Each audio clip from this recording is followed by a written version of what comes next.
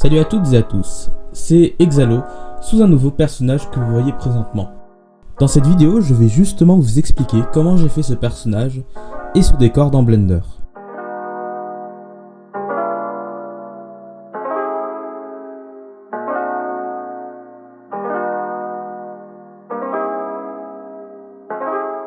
Tout d'abord, pour avoir la base du personnage, sa forme, j'ai utilisé une technique dans Blender qui consiste à se servir des modifiers Skin et Subdivision, qui ajoutent en quelque sorte de la matière autour du maillage.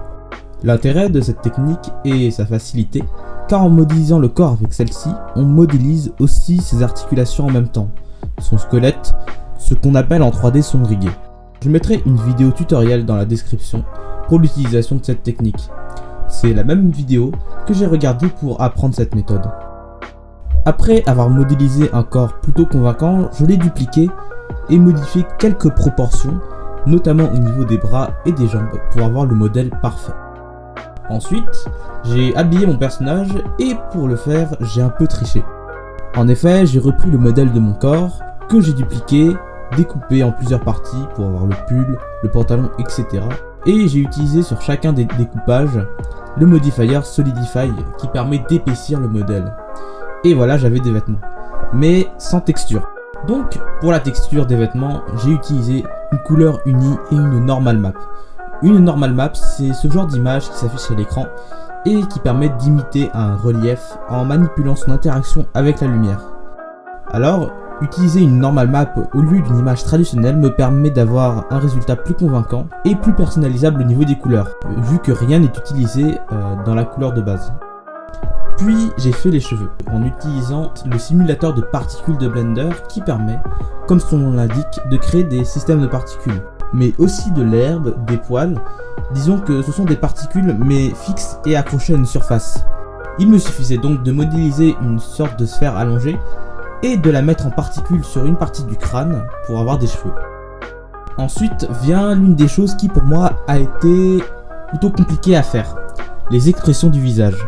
Sur Blender, pour faire un visage avec des expressions, il y a plusieurs méthodes, comme faire un rig sur le visage. Moi, j'ai utilisé une autre méthode qui consiste à utiliser les Shape Keys de Blender. Sur d'autres logiciels comme Unreal Engine ou 3ds Max, cela porte le nom de Morph Target, et le principe est de modifier manuellement le maillage du visage pour en faire une image clé que l'on peut manipuler et activer avec plus ou moins d'intensité. L'intérêt d'utiliser les Shape Keys est que c'est une option qui a probablement été implantée dans Blender et sur ses autres logiciels pour les expressions justement, et que l'on peut combiner pour avoir d'autres expressions. Par exemple, là je combine un sourire avec une ouverture de bouche. Enfin vient la modélisation du décor dans lequel je suis. Comme je savais que j'allais mettre beaucoup d'éléments dans ce décor, j'ai commencé par tout modéliser avec des formes simples et primitives, telles des cubes, des cylindres, que j'ai ensuite affinés pour avoir ce résultat.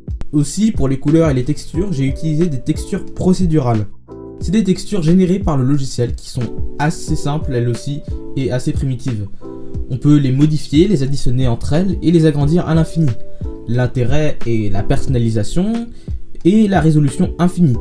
Par contre, c'est un outil qu'il faut maîtriser pour avoir des résultats convaincants et qui mange beaucoup de performance. Et voilà, pour la construction de mon personnage et de mon décor.